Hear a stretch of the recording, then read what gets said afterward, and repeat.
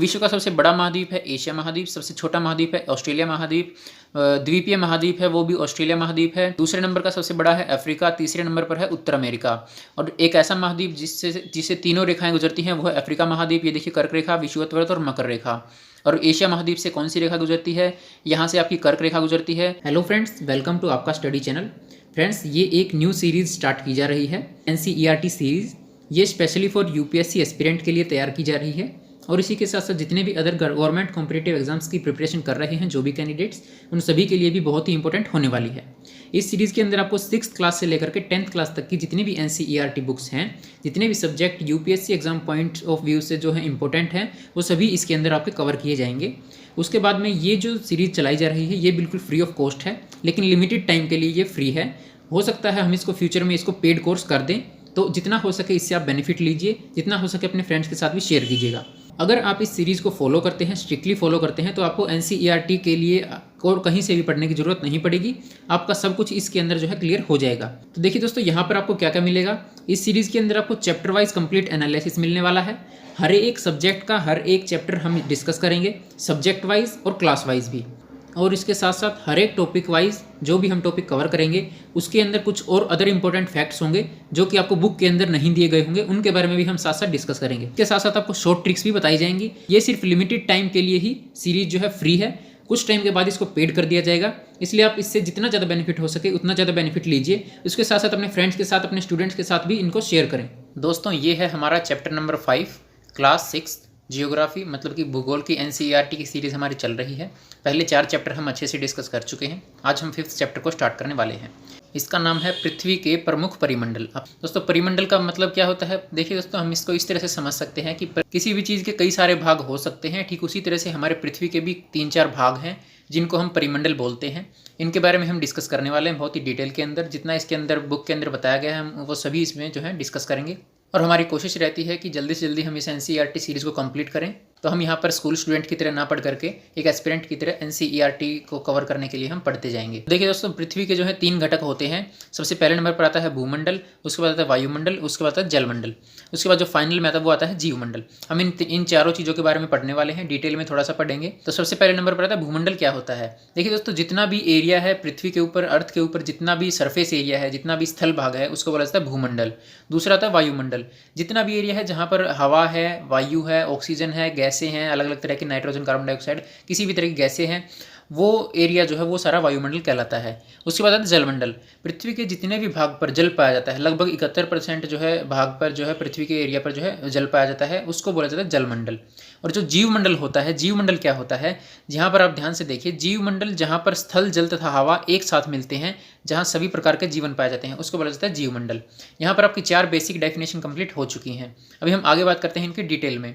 अब दोस्तों, भूमंडल क्या होता है? पृथ्वी का जितना भी ठोस भाग होता है, सॉलिड एरिया होता है, उसको भूमंडल बोला जाता है। यहाँ पर जो है पृथ्वी की जो भूमंडल है, जो सतह है, उसको 2 भागों में हमने बांट रखा है। पहला है महाद्वीप और दूसरा है महासागरीय बेसिन। महाद्वीपों के बारे में हम बहुत ही डिटेल में अभी आगे जो है डायग्राम के थ्रू हम इसमें समझेंगे। बहुत ही अच्छे तरीके से आपको सब कुछ समझ आ जाएगा। अभी मैं आपको एक डायग्राम के थ्रू पूरी अर्थ का डायग्राम, जिस पर सारे महाद्वीप और महासागरों को बहुत ही अच्छे तरीके से बताने वाला हूँ। उसमें हमें कोई भी थ्योरी पढ़ने की जरूरत नहीं पड़ेगी। जितना मैं आपको डायग्राम के थ्रू बताऊंगा, जो इस बुक में नहीं है, कुछ वो भी पॉइंट्स हम जो है डिस्कस करेंगे, उन सभी के आप चाहें तो नोट्स बना सकते हैं, या फिर आप इन वीडियोज़ को 2 या 3 बार अगर आप देख लेते हैं टाइम निकाल करके, तो आपको नोट्स बनाने की भी जरूरत नहीं पड़ेगी। ये जो आप डायग्राम देख रहे हैं अपनी स्क्रीन पर, ये है हमारी अर्थ। अर्थ का देखिए फ्रेंड्स, हम पहले वीडियोस में भी बात कर चुके हैं, 1st, 2nd, 3rd and 4th chapter के अंदर अर्थ के बारे में बहुत ही अच्छे तरीके से डिटेल में। आज हम इसके अंदर थोड़ा और डीपली बात करते हैं। सबसे पहले तो आपको ये समझना जरूरी है कि ये अर्थ का डायग्राम हमारा किस तरह से है। देखिए, ये है हमारा प्रशांत महासागर और इधर भी है प्रशांत महासागर। ये दोनों चीज़ें आप देख सकते हैं। इसका मतलब है कि ये जो हिस्सा है और ये जो हिस्सा है, ये आपस में अगर हम पीछे की तरफ इनको मिला दें तो ये गोल अर्थ हो जाती है। लेकिन हमने इसको जो है ओपन करके एक फ्लैट सरफेस पर रखा हुआ है, इस वजह से हमारा ये जो है डायग्राम इस तरह से दिखाई दे रहा है। उम्मीद करता हूँ आपको इतनी बात जो है समझ आ चुकी है। अब आपको यहाँ पर ध्यान रखने वाली बात क्या है? आप यहाँ पर ये देखिए, यहाँ पर ये 3 लाइन्स दिखाई गई हैं, 1st, 2nd एंड 3rd। तो जो सबसे पहली लाइन होती है वो होती है कर्क रेखा। इसके बारे में भी हम बात कर चुके हैं। दूसरी लाइन है विषुवत व्रत, जो कि सेंटर लाइन होती है, 0 डिग्री होती है। और तीसरी होती है मकर रेखा, ये आपकी होती है साउदर्न हेमिस्फीयर के अंदर। और ये जो कर्क रेखा होती है ये होती है आपकी नॉर्दर्न हेमिस्फीयर के अंदर। और जो विषुवत व्रत होता है ये अर्थ को दो भागों में बांटता है, नॉर्दर्न एंड साउथर्न हेमिस्फीयर, मतलब कि उत्तरी गोलार्ध और दक्षिणी गोलार्ध के अंदर। इसके अलावा दो रेखाएं और होती हैं, एक होती है आपकी 66.5 डिग्री नॉर्थ की तरफ में और एक होती है आपकी 66.5 डिग्री साउथ की तरफ में। तो ये दो रेखाएं और होती हैं, इनके बारे में भी हम बात करने वाले हैं। तो यहाँ पर आपके सामने जो चीज़ें दिखाई गई हैं, सबसे पहले हम बात करते हैं यहाँ पर महाद्वीपों के बारे में। आपको यहाँ पर जितने भी बड़े एरियाज दिखाई दे रहे हैं, जैसे कि ये एरिया है, एक ये एरिया है, ये जितने भी एरियाज आपको दिखाई दे रहे हैं ये सभी महाद्वीप हैं। और हमारे पृथ्वी पर टोटल जो है 7 महाद्वीप हैं। ये एशिया महाद्वीप है, यूरोप, अफ्रीका, दक्षिण अमेरिका, उत्तरी अमेरिका, अंटार्कटिका और ऑस्ट्रेलिया। तो इनमें आपसे जो क्वेश्चन आएगा वो कैसे आएगा कि सबसे बड़ा महाद्वीप कौन सा है। सबसे बड़ा महाद्वीप होगा एशिया महाद्वीप और सबसे छोटा महाद्वीप जो होगा वो होगा ऑस्ट्रेलिया महाद्वीप। तो इन दो क्वेश्चंस को आपको बहुत ही ध्यान से याद रखना है। बेसिक चीज़ें हैं, कोई ज़्यादा बड़ी बात नहीं है। दूसरी बात यह है, एशिया महाद्वीप सबसे बड़ा है, उसी के साथ साथ में तो विश्व का सबसे बड़ा, जो वर्ल्ड का जो सबसे बड़ा देश है एरिया के मामले में, मतलब कि रशिया जो है, रूस जो है, वो भी एशिया महाद्वीप के अंदर है। वो कुछ यहाँ पर जो है उसकी लोकेशन दिखाई देती है, इस बात का भी आपको ध्यान रखना है। और इसके अंदर आप इंडिया देख सकते हैं, ये हमारे इंडिया का मैप है जो साउथर्न इंडिया जो है यहाँ पर दिखाई दे रहा है। और यहाँ पर आप देख सकते हैं ये लिखा हुआ है यूराल पर्वत। यूराल पर्वत एक ऐसी पर्वत श्रृंखला है जो यूरोप और एशिया को अलग करती है। यूरोप और एशिया को अलग करने वाला जो पर्वत है उसको बोला जाता है यूराल पर्वत। दूसरी बात आपको ध्यान रखने वाली बात यह है कि जितना भी ये जो एरिया है यूरोप और एशिया, इन दोनों को मिला करके टोटल को बोला जाता है Eurasia. Europe plus Asia total बोला जाता है यूरेशिया। और क्वेश्चन किस तरह से आता है, एशिया महाद्वीप के दक्षिण में जो है ये आपका हिंद महासागर हो जाता है, पूर्व में जो है प्रशांत महासागर हो जाता है। और फ्रेंड्स ये आपके सामने है, यहाँ पर ये जो कर्क रेखा है ये जो है एशिया महाद्वीप से होकर के गुजरती है। आप यहाँ पे देख सकते हैं इंडिया से होकर के ये गुजर रही है, तो एशिया महाद्वीप से होकर के कर्क रेखा गुजरती है। और ये आपका जो है, अगर हम पृथ्वी को 4 हिस्सों में बांटते हैं, जैसे ये हमारे 4 हिस्से जब बांटते हैं तो ये हमारा होता है साउथ, ये होता है हमारा नॉर्थ, ये होता है हमारा ईस्ट और ये होता है हमारा वेस्ट। तो आप यहाँ पर लोकेशन देख सकते हैं, एशिया महाद्वीप की जो लोकेशन है वो हमारी जो है पूर्वी गोलार्ध के अंदर है, मतलब कि ईस्टर्न हेमिस्फीयर के अंदर है। इतनी बातें आपको जो है एशिया महाद्वीप को लेकर के याद रखनी है। आगे हम बात करते हैं यूरोप के बारे में। तो यूरोप जो है 3 तरफ से पानी से घिरा हुआ है। सबसे पहली बात तो ये आप यहाँ देख सकते हैं, ऊपर जो है आर्कटिक महासागर है, इस तरफ जो है अटलांटिक महासागर है और नीचे जो है भूमध्य सागर है। तो ये जो है 3 तरफ से पानी से घिरा हुआ है और एक तरफ से जो है वो यूराल पर्वत है, मतलब कि एशिया से घिरा हुआ है। तो यूरोप, अब क्वेश्चन किस तरह से आ सकता है, इनकी लोकेशंस को आपको याद रखना पड़ेगा कि एशिया के साथ में किसका बॉर्डर टच होता है, मतलब कि कौन सा महाद्वीप किसके टच में है, किस तरह से इनकी लोकेशन है, इन चीज़ों को आपको याद रखना पड़ेगा। 1-2 बार आप इसकी प्रैक्टिस करेंगे या फिर आप इस वीडियोज़ को देखेंगे तो आपको ऑटोमेटिकली लर्न हो जाएगा। इसके बाद आगे बात आती है, अगला महाद्वीप हम बात करते हैं अफ्रीका महाद्वीप। देखिए फ्रेंड्स, एशिया सबसे पहले नंबर पर है, अफ्रीका जो है दूसरे नंबर पर है एरिया के मामले में। तो दूसरा सबसे बड़ा महाद्वीप है अफ्रीका महाद्वीप। इसके अंदर आपको क्या क्या दिखाई दे रहा है, यहाँ पर आपको दिखाई दे रहा है ये जो कर्क रेखा है, विषुवत व्रत है और जो मकर रेखा है, ये तीनों ही रेखाएं जो है अफ्रीका महाद्वीप से होकर के गुजर रही हैं। ये इसका प्लस पॉइंट है जो क्वेश्चन बनता है। और ये जो है 3 तरफ से महासागरों से घिरा हुआ है और एक तरफ जो है ये भूमध्य सागर से घिरा हुआ है। आप यहाँ देख सकते हैं ये है हिंद महासागर, ये है आपका अटलांटिक महासागर, इस तरफ आपका दक्षिणी महासागर और ये है आपका भूमध्य सागर। तो यहाँ पर 3 तरह के महासागरों से घिरा है और एक तरफ भूमध्य सागर से ये घिरा हुआ है अफ्रीका महाद्वीप। एक और इम्पोर्टेंट बात यहाँ पर क्या आती है, वो आती है, आप यहाँ देख सकते हैं नील नदी, जो विश्व की सबसे लंबी नदी है, वर्ल्ड की सबसे लंबी नदी जो लॉन्ग रिवर है वो है नील, जो कि अफ्रीका महाद्वीप से होकर के ही गुजरती है। एक और बात यहाँ पर पॉइंट आता है, आप यहाँ देख सकते हैं सहारा मरुस्थल, अफ्रीका महाद्वीप के अंदर ही सहारा मरुस्थल है। पूरे विश्व का सबसे बड़ा और सबसे गर्म मरुस्थल जो रेगिस्तान है वो सहारा है, जो अफ्रीका महाद्वीप के अंदर ही पाया जाता है। इतनी बातें आपको जो है अफ्रीका महाद्वीप को लेकर के याद रखनी है। चाहे तो आप इनके नोट्स भी बना सकते हैं या फिर आप इनको वीडियोस को रेगुलर देखते रहेंगे तो आपको ऑटोमेटिकली लर्न होता चला जाएगा, जैसे आपको ठीक लगे आप कर सकते हैं। अब बात आती है उत्तरी अमेरिका की, मतलब कि नॉर्थ अमेरिका। नॉर्थ अमेरिका जो है तीसरा सबसे बड़ा महाद्वीप है। एशिया, अफ्रीका, उसके बाद है उत्तर अमेरिका, तीसरा सबसे बड़ा महाद्वीप है, जो कि दक्षिणी अमेरिका के साथ में जुड़ा हुआ है। आप यहाँ देख सकते हैं ये छोटा सा एरिया, यहाँ पर आप देख सकते हैं ये जो है दक्षिण अमेरिका के साथ छोटे से एरिया से जुड़ा हुआ है, जिसको बोला जाता है पनामा जल संधि। ये जल संधि क्या होती है, देखिए फ्रेंड्स, आपने संधि तो सुना होगा, हिंदी ग्रामर के अंदर आप संधि सुनते हैं, जबकि जब 2 शब्दों को मिला करके कोई नया शब्द बनाया जाता है तो उसको बोला जाता है संधि। तो इसी तरह से यहाँ पर भी संधि का सेम ही मतलब होता है। जब 2 स्थल भागों को, 2 एरियाज़ को मिलाया जाता है तो उसको बोला जाता है स्थल संधि। जब 2 मतलब कि वाटर एरियाज़ को मिलाया जाता है, मतलब कि 2 जल भागों को मिलाया जाता है तो उसको बोला जाता है जल संधि। आप यहाँ पे देख सकते हैं इतना एरिया जो है, यहाँ पर ये छोटा सा एरिया जो है उत्तरी अमेरिका और दक्षिण अमेरिका को जोड़ता है, इसको बोला जाता है पनामा जल संधि। आप यहाँ पर जल संधि और स्थल संधि का एग्जाम्पल देख सकते हैं। जैसे मैंने बताया आपको, ये स्थल संधि है, यहाँ पर जो है छोटा सा भाग जो है जोड़ा गया है जो कि दो जल भागों को अलग कर रहा है। ठीक उसी तरह से जो आप यहाँ पर देख सकते हैं, ये जो जल संधि है भारत और श्रीलंका के बीच में, इसमें जो है ये जल के साथ जुड़े हुए होते हैं जो कि दो स्थल भागों को अलग करते हैं। इसको बोला जाता है जल संधि। यहाँ पर भी पढ़ सकते हैं, स्थल संधि स्थल का एक संकरा भाग होता है जो दो बड़े स्थलीय भागों को एक दूसरे से जोड़ता है। जल संधि पानी का संकरा भाग होता है जो दो बड़ी जल राशि जैसे समुद्र तथा महासागरों को एक दूसरे से जोड़ता है। यहाँ पर आपके सभी डाउट्स जो हैं जल संधि और स्थल संधि के रिगार्डिंग कंप्लीट हो जाते हैं। अब अगली बात आती है दक्षिणी अमेरिका की। आप यहाँ देख सकते हैं दक्षिण अमेरिका। दक्षिण अमेरिका के अंदर आपको जो है लोकेशन क्या दिखाई दे रही है। सबसे पहली बात तो यहीं पर ये आ जाती है, ये जो विषुवत वृत्त है और मकर रेखा है, इससे सिर्फ ये दो ही रेखाएं गुजरती हैं। तीसरी बात क्या आती है कि इसका जो ज़्यादातर जो भाग है वो हमारे दक्षिणी गोलार्ध के अंदर स्थित है। जैसे ये हमारा इतना उत्तरी गोलार्ध बनता है, उतना यहाँ पर हमारा जो है दक्षिणी गोलार्ध बनता है। तो इसका जो ज़्यादातर भाग है वो दक्षिणी गोलार्ध के अंदर ही स्थित है। एक चीज़ आप यहाँ पर देख सकते हैं, ये लिखा हुआ है एंडीज़ पर्वत। विश्व की सबसे बड़ी पर्वत श्रृंखला जो है एंडीज़ पर्वत श्रृंखला, वो दक्षिण अमेरिका के अंदर ही स्थित है। दूसरी आप यहाँ पर देख सकते हैं अमेजन नदी। अमेजन नदी जो विश्व की सबसे बड़ी नदी है। अभी हमने यहाँ पर नील नदी के बारे में बात की थी, ये सबसे लंबी नदी थी। इन चीज़ों को ध्यान रखना है। लंबी नदी होती है जिसकी लेंथ ज़्यादा होती है, मतलब कि जो ज़्यादा एरिया में फैली होती है। लेकिन बड़ी नदी वो होती है जिसके अंदर जल की मात्रा ज़्यादा होती है, मतलब कि जल स्तर बहुत ज़्यादा होता है, उसको बोला जाता है बड़ी नदी। तो इनमें आप डिफरेंस को समझिए। अमेजन नदी जो विश्व की सबसे बड़ी नदी है वो दक्षिण अमेरिका के अंदर है, और जो नील नदी जो सबसे लंबी नदी है वो अफ्रीका महाद्वीप के अंदर है। सेम वही चीज़ यहाँ भी आती है। आप यहाँ देख सकते हैं, इसके एक तरफ है प्रशांत महासागर, दूसरी तरफ है अटलांटिक महासागर, तीसरी तरफ है दक्षिणी महासागर। तो ये जो है तीन तरफ से महासागरों से घिरा हुआ है, और ये जो है उत्तर अमेरिका और दक्षिण अमेरिका को जो है पनामा जल संधि जो है यहाँ से जोड़ती है। इतनी बातें आपको यहाँ से याद रखनी है। उसके बाद नेक्स्ट आता है ऑस्ट्रेलिया महाद्वीप। ये जो है विश्व का, पूरी पृथ्वी का सबसे छोटा महाद्वीप है, और ये चारों तरफ से जो है जल से घिरा हुआ है, मतलब कि महासागरों या सागरों से घिरा हुआ है। आप यहाँ पर देख सकते हैं किस तरह से, इस तरफ से हिंद महासागर से है, इस तरफ से प्रशांत महासागर से है, और इस तरफ जो है आपका दक्षिणी महासागर पड़ता है। तो ये चारों तरफ से जो है जल से घिरा हुआ महाद्वीप है, और ये विश्व का सबसे छोटा महाद्वीप है ऑस्ट्रेलिया महाद्वीप। अब देखिए फ्रेंड्स, द्वीप क्या होते हैं। द्वीप वो होते हैं कोई भी ऐसा स्थल भाग, जो कोई भी ऐसा एरिया जो चारों तरफ पानी से घिरा होता है, उसको बोला जाता है द्वीप। और कोई बड़ा एरिया होता है उसको बोला जाता है महाद्वीप। तो ये जो ऑस्ट्रेलिया है ये चारों तरफ से घिरा हुआ है पानी से, तो ये बन गया द्वीप।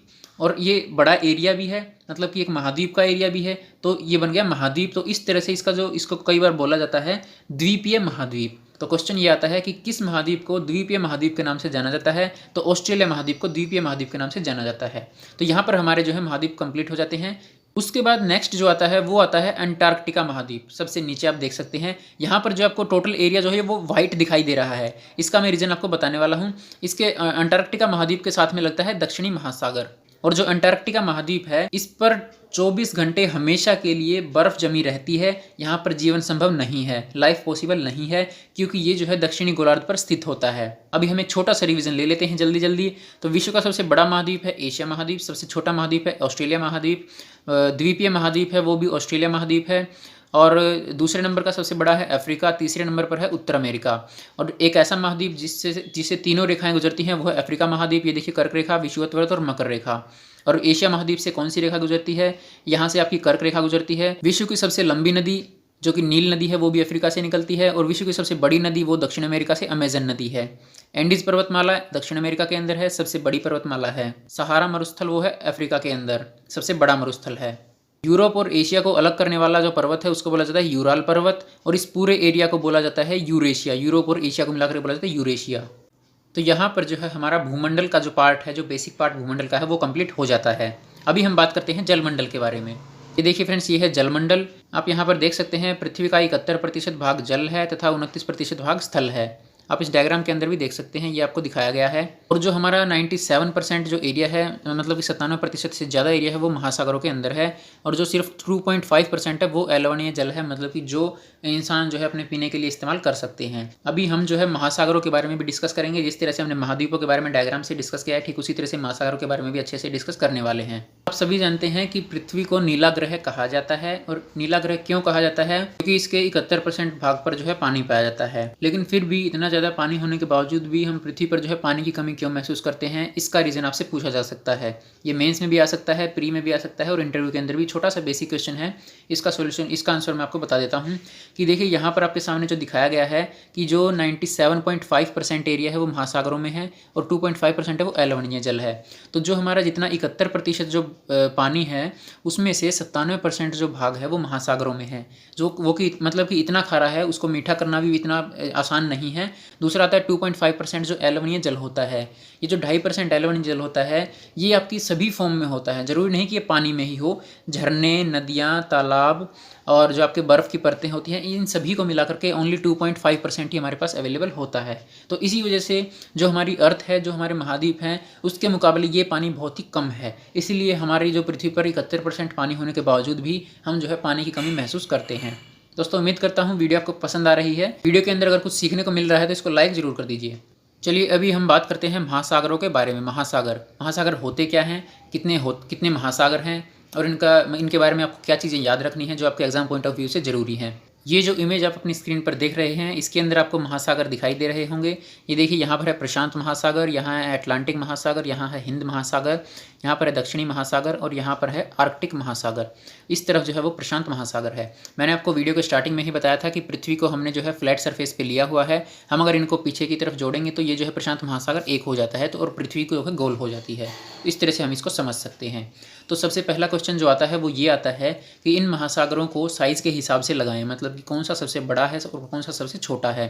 तो इसके लिए हम किस तरह से हम इसको याद कर सकते हैं। तो सबसे बड़ा जो महासागर होता है वो होता है प्रशांत महासागर, ये सबसे बड़ा महासागर है। दूसरे नंबर पर आता है अटलांटिक महासागर, तीसरे नंबर पर है हिंद महासागर, चौथे नंबर पर है दक्षिणी महासागर और पाँचवें नंबर पर है आर्कटिक महासागर।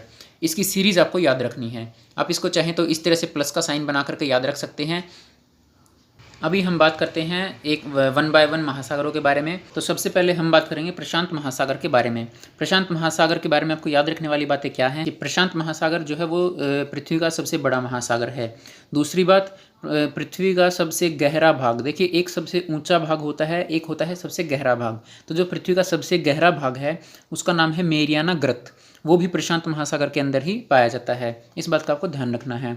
अब जो है प्रशांत महासागर की लोकेशन के हिसाब से ये पूछा जा सकता है कि इसके पूर्व में दक्षिण अमेरिका है, इसके पश्चिम में जो है ऑस्ट्रेलिया है, एशिया है।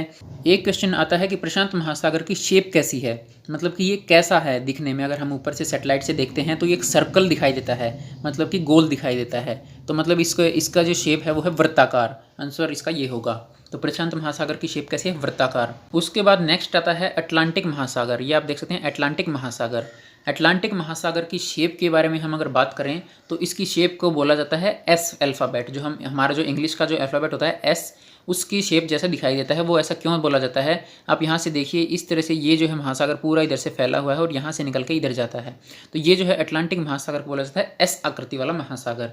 और ये जो है दूसरा सबसे बड़ा महासागर है अपनी पृथ्वी के ऊपर। और इसकी लोकेशन के हिसाब से भी वही क्वेश्चंस बन सकते हैं। साउथ में जो है वो दक्षिणी महासागर है और इसके ईस्ट साइड में है वो है अफ्रीका महाद्वीप है, वेस्ट में दक्षिण अमेरिका है। तो इसी तरह से इसकी लोकेशन के अकॉर्डिंग ये चीज़ें क्वेश्चंस जो है आपके बन सकते हैं। इसके बाद बात आती है तीसरा जो हमारा महासागर है वो है हिंद महासागर। ये हमारी जो है भारत की जो दक्षिणी सीमा है वहाँ से लगता हुआ है हिंद महासागर। ये हिंद महासागर ही एक अकेला ऐसा महासागर है जिसका नाम किसी एक देश के नाम पर पड़ा है, मतलब कि हमारे भारत देश के नाम पर इस हिंद महासागर का नाम पड़ा है। जैसे भारत को हिंदुस्तान बोला जाता था तो उसी नाम पर इसका जो नाम पड़ा है हिंद महासागर। और ये तीसरा सबसे बड़ा महासागर है। ये भारत के जो है दक्षिण में स्थित है, अफ्रीका के पूर्व में स्थित है, भारत के दक्षिण में स्थित है। इस तरह से आपको ध्यान रखना है। अब ज्योग्राफी को पढ़ने का यही बेनिफिट होता है, एटलस को लेकर के आपको हर एक चीज़ अच्छे से समझ आ जाती है। और इसकी जो आकृति बताई जाती है, हिंद महासागर की जो आकृति बताई जाती है वो बताई जाती है त्रिभुजाकार।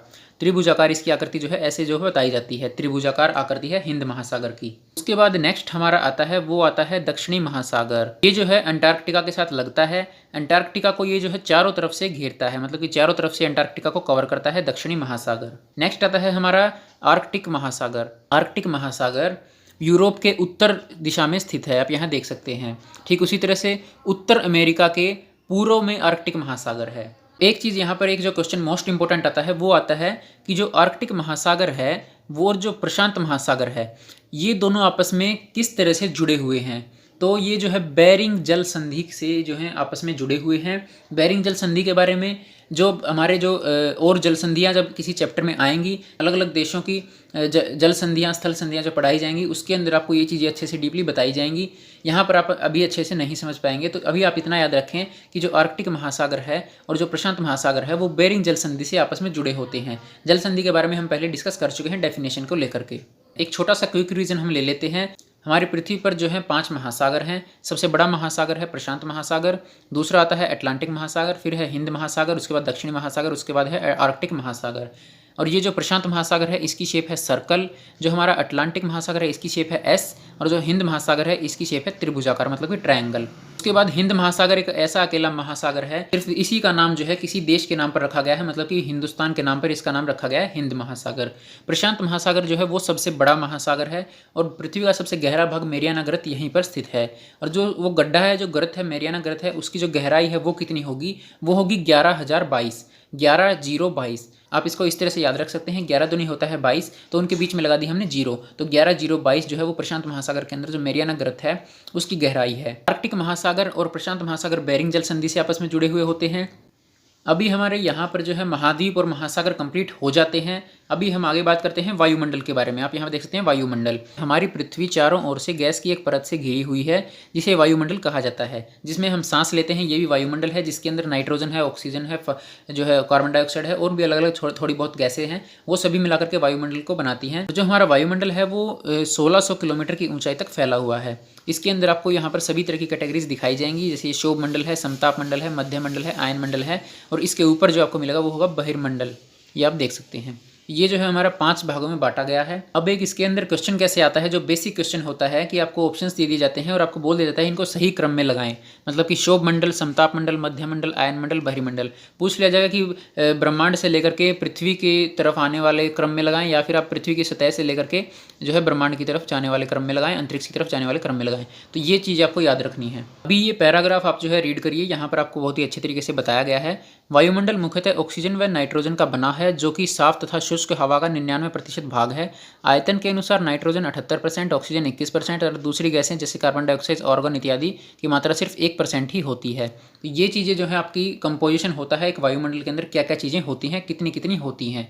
तो इस तरह से यहाँ पर जो है हमारा लगभग 100% बन जाता है। अब आपको यहाँ पर ये डायग्राम के अंदर दिखाया गया है, एक आदमी है जो कि पहाड़ पर चढ़ रहा है, और एक चीज़ आपको यहाँ पर दिखाई गई है, ऊंचाई के साथ वायुमंडल के घनत्व में भिन्नता आती है। मतलब कि जैसे जैसे हम पृथ्वी के सरफेस से, अर्थ के सरफेस से जितना ऊपर जाते जाएंगे, जितना पहाड़ी एरिया में जाते जाएंगे, वहाँ पर हमें सांस लेने में उतनी ही कठिनाई होती चली जाएगी, मतलब कि उतना ही मुश्किल से हम सांस ले पाएंगे।